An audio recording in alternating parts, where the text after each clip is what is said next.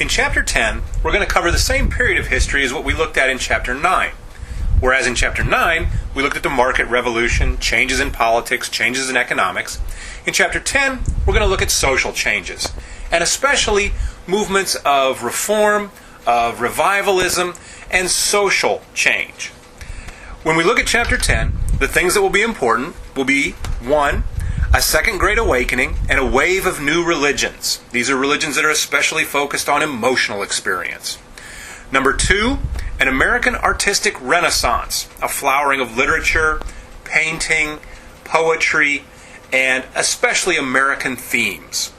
And number 3, reform movements and the changing face of American society.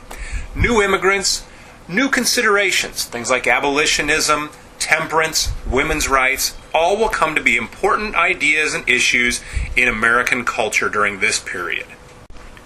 Probably one of the most remarkable religious developments of the Second Great Awakening and this area of the country known as the Burned Over District in upstate New York and New England is the development of the Mormons, or the Latter-day Saints Church, led by Joseph Smith. Smith's revelation in the wilderness, his fervor to find spiritual meaning, leads him to an encounter with a divine agent. And he produces a book, the Book of Mormon, and immediately begins to gain followers. And the heart of the Mormon belief is a very communal spirit, a very church-centered life, and a life that seeks to find meaning both in this world and in the next. And this is one that Smith is able to, as a very charismatic man, use to win a large number of followers. Not always with happy results, though, in the community that surrounds him. I'm in Nauvoo, Illinois, at the Great Mormon Temple. The Mormons, after leaving New York, Ohio, Missouri, eventually found their way to this bend in the Mississippi River on the western edge of Illinois in 1839, 1840. By 1841, they'd established a city, got a charter here, and began construction on the temple that you see behind me. It wasn't like this at that time, but it's been finished since.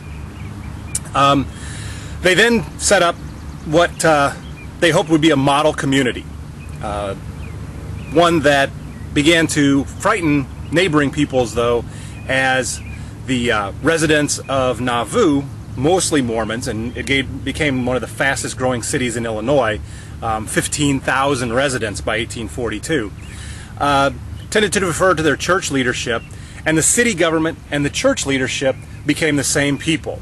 In fact, the leadership of the local militia and the church leadership was the same people. This led to conflicts between the town and the countryside, between the Mormons and the non-Mormons in the area.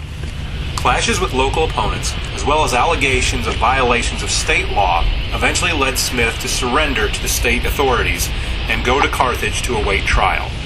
I'm at the Hancock County Jail in Carthage, Illinois. It was in this jail in 1844 that Joseph Smith and his brother Hiram were killed by a mob while being held in one of the upper rooms. By 1846, the Mormons of Nauvoo, now under the leadership of Brigham Young, decided to leave Illinois and to move to the west and establish a home where they could live according to their own rules and without outside interference. So once again, as you read Chapter 10, the 3 themes to look for are 1. A second great awakening and a wave of new religions. 2. An American artistic renaissance. And 3. Reform movements and the changing face of American society. So long from Nauvoo, Illinois. I'll see you for Chapter 11.